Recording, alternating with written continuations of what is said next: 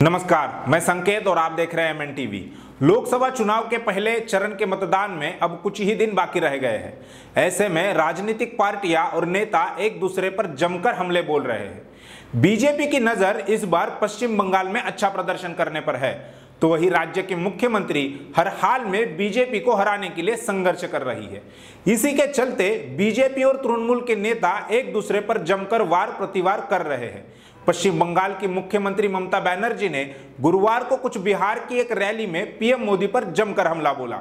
ममता ने कहा, मोदी अगर फिर से सत्ता में आए तो वे संविधान को ठुकरा देंगे और देश को लोकतांत्रिक की जगह एक ही व्यक्ति पर केंद्रित देश बना देंगे। अगर ऐसा हुआ तो ये लोकसभा चुनाव देश का अंतिम चुनाव हो सकता है। ममता ने आगे कहा कि मोदी के 3 नारे हैं: लूट, दंगे और लोगों की हत्या।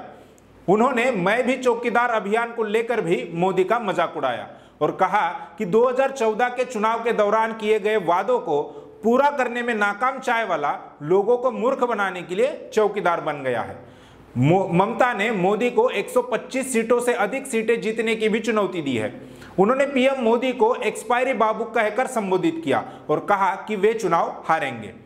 ममता ने नागरिकता संशोधन विधेयक को लेकर भी बीजेपी पर हमला बोला है और कहा है कि इस विधेयक के जरिए वैध नागरिकों को शरणार्थी बनाने की कोशिश की है। इसके साथ ही उन्होंने कहा कि वे कभी एनआरसी को अनुमति नहीं देंगे। ऐसे में पश्चिम बंगाल में बीजेपी को कड़ी चुनौतियों का सामना करना पड़ सकता है। अब तक के लिए बस इतना ही। आप देखते रहिए एमएन टीवी।